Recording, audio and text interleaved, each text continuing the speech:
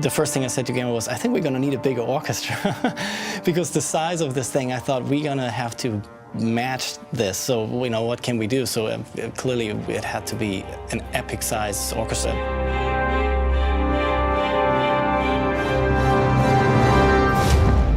I got very inspired by the script, and obviously talking to Guillermo. Guillermo had great ideas that he shared with me, and then that really put me on track. There's a moment where it sounds like a bit like da. We should make it grow. Sure, okay. And enthrone it. Like that's because it's easy to remember. Guillermo's vision was so clear on this that we clicked right from the beginning. He has a great sense for instruments or music in general. He had a great ability to describe of what he wanted. I just sat down and wrote these big, long pieces of music, these suites, as I like to call them. We had the kaiju theme. He always spoke about having this be very brass heavy and have more of a traditional organic sound for the kaiju. They're equal in size, so I needed something equal in power. So there's actually several themes we have for them as the different categories start to get bigger.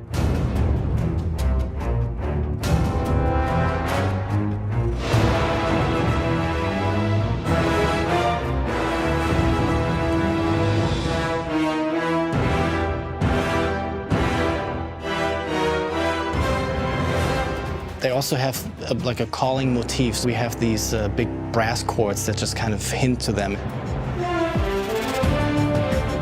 Rally's theme is kind of became Gypsy's theme, or the other way around. Obviously, they're pretty much ones. It has that more modern sound. And it could play also very nicely in an emotional way, just with a smaller string section and just a solo guitar. We had Mako's theme.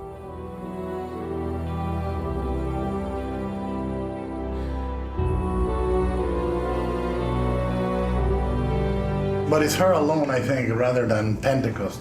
Right. The other melody is loss of family, which is great, and finding family. I love it. Beautiful. Cool.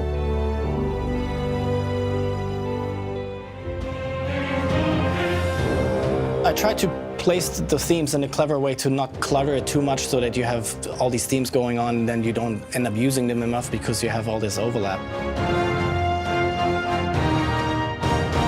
We recorded percussion, strings, and brass. Those are the big three elements that we did separate, and then all the other solo instruments, the erhu, the guitar, all that was done separate.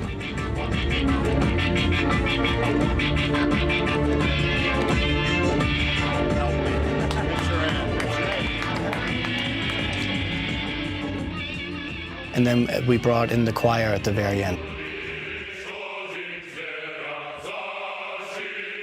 We actually came up with some Russian lyrics to have a little bit of that authenticity with it. He wanted really something original that was his for this film, so he referenced the guitar sound that he liked in there, and then he always said, this is not a military film, it's a collaboration between the different countries, and so it's been an amazing experience working with him, and it was just so inspiring to have him comment on the pieces.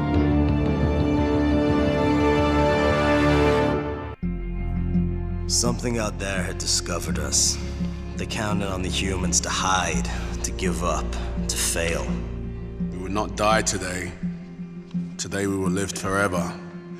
Today we are canceling the apocalypse. There's a whole bunch of different storylines that are far beyond what seems to be, on the surface, a giant action movie. And Idris, you say, are you sure about this? Grab something, we don't see what it is. You know, in a movie this big, with such an amazing storyline, you need the anchors, the human anchors. You and I are the only two that ever ran solo combat. That's why I brought you here. They could go here. This is the kind of thing that every kid dreams of doing when they grow up. I wanted this movie to not be about a country saving the world. I wanted it to be the world saving the world. Saving the world's hard. I have no time to grieve!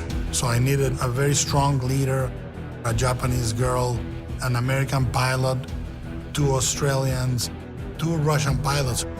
and Chinese pilots, all of them together are necessary to save the world.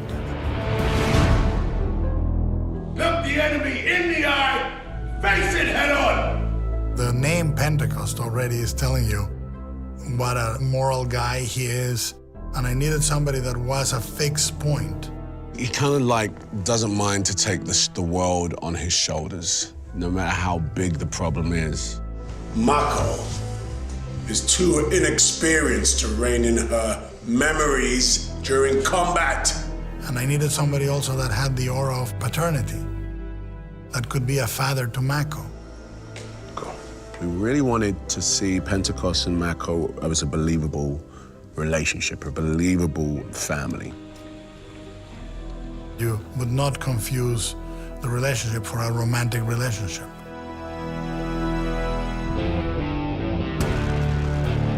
Here's the dog bark, you look down. I wanted Australians to be fearless and brave. Rob has a ruggedness that I believe he has like the appearance of a brawler, you know, like a guy that can play arrogance from a place of insecurity.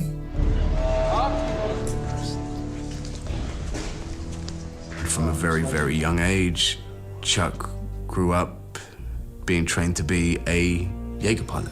Who am I? I'm the guy who's got to live in this bomb. That's who I am. That's not the point. My character made a decision whether to stay in the military or to be a father.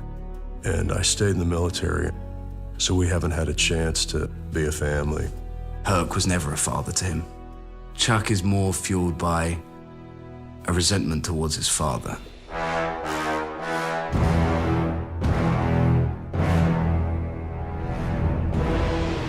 The two Russian pilots are two ex-prison guards that were guarding the border. They are not necessarily the most sophisticated, but they are hardcore.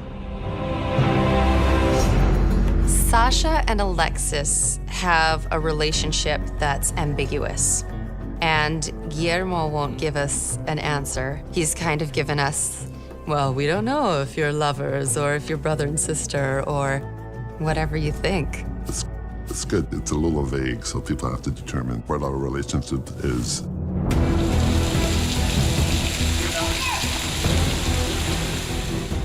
interesting guy, you know? Yeah. Okay. Yeah, I'll try.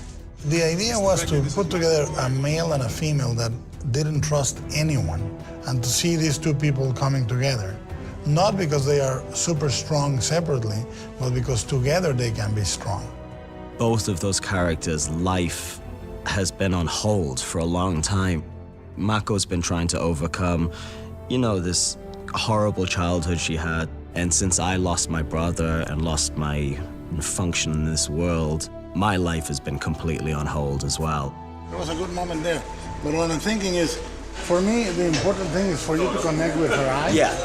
And to tell her what the text means. At first, Riley and Mako don't get along very well. She doesn't trust him. But after the drift, they accept everything about each other. It's not about how strong or smart we are. It's about recognizing our weaknesses. Through their relationship, they find some kind of hope and like future and reason to live, you know? There's a really good sense that they both have a future at the end of this film.